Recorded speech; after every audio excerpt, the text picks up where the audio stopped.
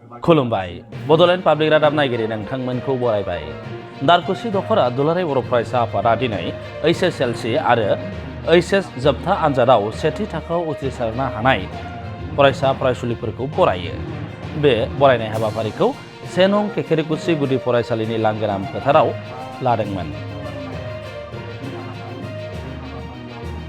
बे बरायनाय हाबाफारियाव गाहाय आलासि महरै बाहागो लायो तामुलपुर जिल्ला दुलाराय बर' फरायसा आफादनि आफादगिरि बानेश्वर नार्जारिया।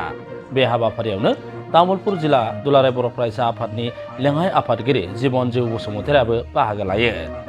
तामुलपुर जिल्ला बर' थुनलाइ आफादनि नेहाथारि बरमहन स्वर्गियारि, दारकुसि गुदि बर' थुनलाइ आफादनि आफादगिरि मन्टुस रामसियारि, ओनसोलनि गियानि गुनि सानसुमै आरो फरायसा फरायसुलिफ्रा बे मेलाव बाहागो लादोंमोन।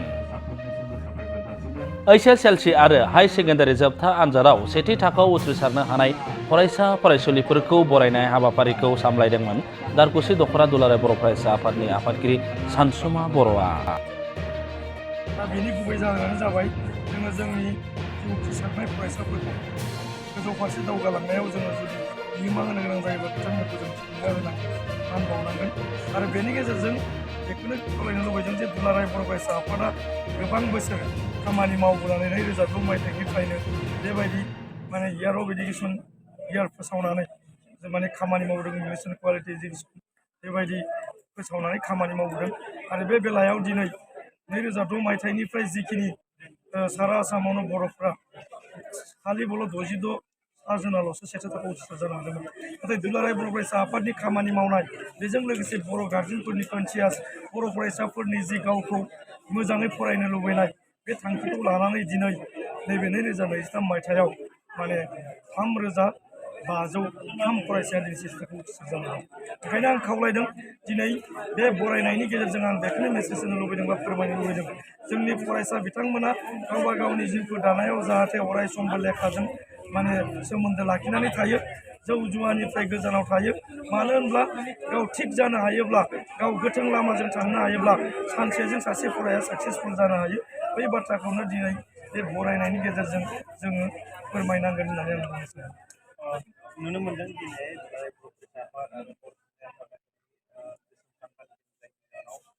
थाखो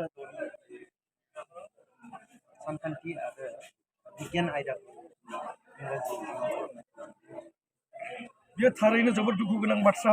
जों बेखौ अराय समबो जोङो मानिना लानो हानाय नङा। बेनिखायनो दिनै क्लास 6आव जि मेथ्स आरो बिगियानखौ इंराजि मिडियामाव जाबसिननानै होनायदों, बेखौनो दुलाराय बर' फरायसा आफाद आरो बर' थुनलाइ आफादा खौसेयै दिनै आसामनि गंफ्रोमबो फरायसालियाव जोङो गोसोम बेच गाननानै दिनै धरना होदों बा जोङो खुद्रिनाय फोरमायदों। बाथ्राया जाहैदों इन्डियायावनो जि आयेनाव लिरनाय दङ, राइट टु इडुकेसन एक्टआव जे गावबा गावनि रावावनो फरायनायनि मोन्थाय बेखौ आयेना होनाय जादों। नाथाय बे खामानिखौ मावफुंना लागासिनो दिनै आसामनि चिफ मिनिस्टार मानगोनां डक्टर हिमन्त बिश्व शर्मा बिथाङा दिनै जाबसिननानै होनो नागिरदों। गावबा गावनि बिमा रावजों फरायनायनि मोन्थाय थानायनि उनावबो दिनै आयेनखौ बिथाङा ब्रेक खालामनो नागिरदों। ओंखायनो दिनै जोङो बेखौ मालाबाबो मानिनानै लानो हाया आरो गावनि बिमा रावजों फरायनानै जे गोजौ फारसे दावगानो हायो बे बाथ्राया रोखा। आरो आसामनि चिफ मिनिस्टारा बुंदों जेब्ला बे इंराजि बिजोंखौ जाबसिननानै होनो नागिरनायाव बेयो बुंदों, फोरमायदों जे इंराजि बिजोंजों फरायोब्ला IAS IPS जानो हायो। बे बाथ्राया मालाबाबो एक्सेप्ट खालामनो हाया।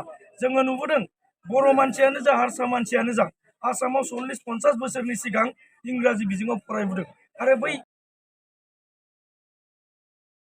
दारकुसि दखरा दुलाराय बर' फरायसा आफादा सानसेनि हाबाफारि लानानै मेट्रिक आरो हाई सेकेन्डारि आनजादाव सेथि थाखोआव उथ्रिसारनो हानाय फरायसाफोरखौ बरायनाय आरो मान बावनाय हाबाफारि लानाय जादों।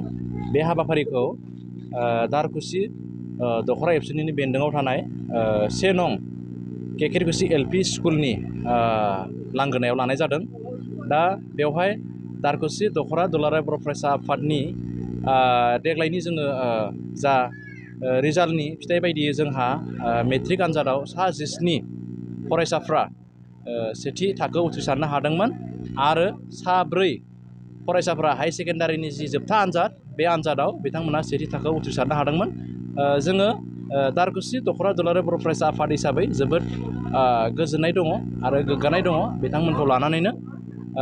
बेनिनो आसा बायदियै जोङो फैबाय थानाय समफ्राव बा दिनैनि जि रिजाल्ट बेनिख्रुइ फैबाय थानाय समाव बांसिनै रिजाल्टआ मोजांसिन जागोन होननानै जों बुंनो हायो। देग्लायनि दारकुसि दख'रा बेन्दोंनि सिङाव जिखिनि रिजाल्ट बेनिनो गेजेराव रिजाल्टनि बयनिख्रुइ जौखोन्दोखौ बुंनो थाङोब्ला 90 जौखोन्दोआ जोंनि देग्लायनि हाइस्ट मार्क होननानै जों बुंनांगोन। बिथाङानो जाहैबाय राहुल स्वर्गियारि। बिथाङा फुंबिलि सोलोंसालि दारकुसिनिफ्राय मोजाङै उथ्रिसारनो हादोंमोन। आसा खालामदों जोङो दारकुसि दख'रा दुलाराय बर' फरायसा आफादनि जि बेन्दोङाव जिखिनि फरायसाफोर दङ दिनै जिखिनि फरायसाफ्रा 2023 मायथाइनि जा आनजादाव बिथांमोना जि मोजां रिजाल्ट खालामबाय बेनिख्रुइ बांसिन जोंनि इयुन समनि फैबाय थानाय आनजाद बेफोराव मोजांसिन जागोन होनना जों आसा खालामदों।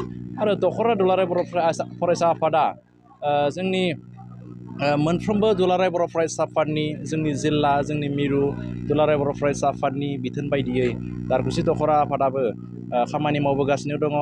जोङो सोलोंथाइनि बिथिङाव खामानि मावदों। जोङो सम सम हारिमुनि बिथिङावबो जोङो हारिमु मावबादा लाबोदों।